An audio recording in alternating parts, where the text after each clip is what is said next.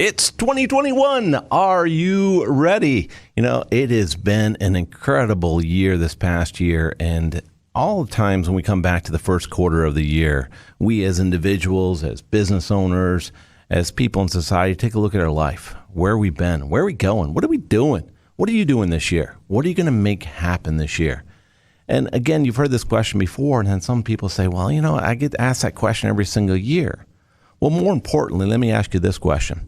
Based upon what you did last year, based upon how things rolled out, how satisfied are you?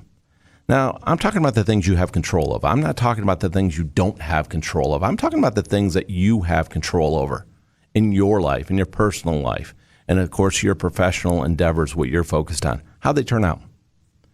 Yeah, you faced a lot of challenges, no doubt about it. A lot of challenges happened this past year. I got that.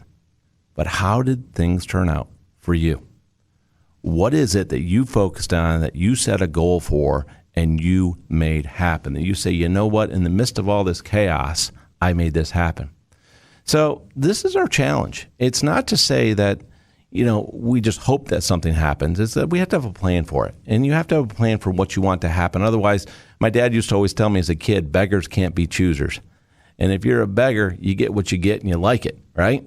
And my dad would always tell me this as a kid, and he was always instilling this in me, that you had to work hard, you had to hustle, you had to go make it happen, because it's not going to happen for you. As much as you would like it to, as much as you want to think that somebody owes you something, somebody out there, who is that somebody that owes you something? You know, it's interesting, I've got a couple of kids, and I've always asked them a question, who owes you something? And my kids have always said, Dad, nobody. If it's meant to be, it's up to me. Think about that for a moment. Who owes you anything? You know who does? You. That's a trick question. Sorry about that. It's you. You owe yourself. So your challenge is, as always, and some of you heard this, and I often ask people when I'm with groups, large groups of people and stuff, I ask if people understand SMART goals. And some of you are like, yeah, I know SMART goals. I've heard of SMART goals. Well, for those of you who understand SMART goals, that's fantastic. My question is, how often do you use them? Let's be honest now. How often do you put together SMART goals? And for those of you that don't know what SMART goals are, SMART goals, SMART is considered an acronym in this, in what we're sharing here. And a common sense way to set goals is setting SMART goals. And we'll break it down. The S stands for specific. Be specific about the goal you want to set. It's got to be specific. It can't just be, I hope, well, maybe, if, that would be great. That's not a goal. That's a dream. All right. If you want to set a goal, be specific. What specifically do you want to see achieved? So answer all the questions to make sure it's specific and you understand it. That's step one. That's the S in SMART. Now, the M is for measurable. Every great goal has to have a measurement tied to it. You got to be able to understand if you achieve the goal or not. So you got to be able to measure it.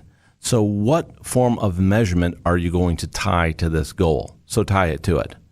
The next thing, the A, stands for attainable. It's got to be realistic. It's got to be something within your wheelhouse that if you work super duper hard for it, it could happen, and it will happen if you make it happen. So it's got to be within an attainable reach. It can't be like, well, I hope to be an NBA basketball player, but I'm only 6 foot tall and I really can't play basketball and I'm too old for it, right? So that's not a really attainable goal. So it's got to be attainable, something you can attain in your life. And it's got to be relevant to you. It's got to have a purpose and a meaning to you. If it's not relevant and you don't see it, you can't tell somebody else to have a goal. And people make this mistake all the time. Parents oftentimes set goals for their kids that the kids aren't part of that goal, so therefore they don't achieve and everybody gets disappointed. Teachers do this, coaches do this, bosses do this. The person has to be involved. It has to be their goal. It can't be your goal for them. They have to be able to understand how it's relevant to their success in their life. And then lastly, the T, it has to be tied to a time frame. It has to be time bound.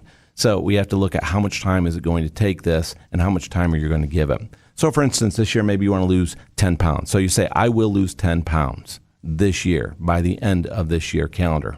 So now what we've done is we've been specific, it's measurable, it's attainable, it's relevant if I'm concerned about my health and want to be healthier, and ultimately it's time-bound because it's due by the end of the year. So keep these goals in front of you. Keep them visible in front of you. Put them on a 3x5 card. Put them on the mirror in your bathroom. Put them where you're going to see them every day. Put them next to your computer. But set goals for yourself to give yourself more purpose in your life. And by setting smart goals in your life, what you're going to do is you're going to set yourself up for success. And success is what you're gunning for. So rather than just saying, hey, smart goals are a good idea, let's make it a great idea. Let's actually use them. So my challenge to you in 2021 is to use SMART goals to make yourself successful. Hold yourself accountable so that you will have the success that you want in life. And then when I ask you that question next year, you can answer it.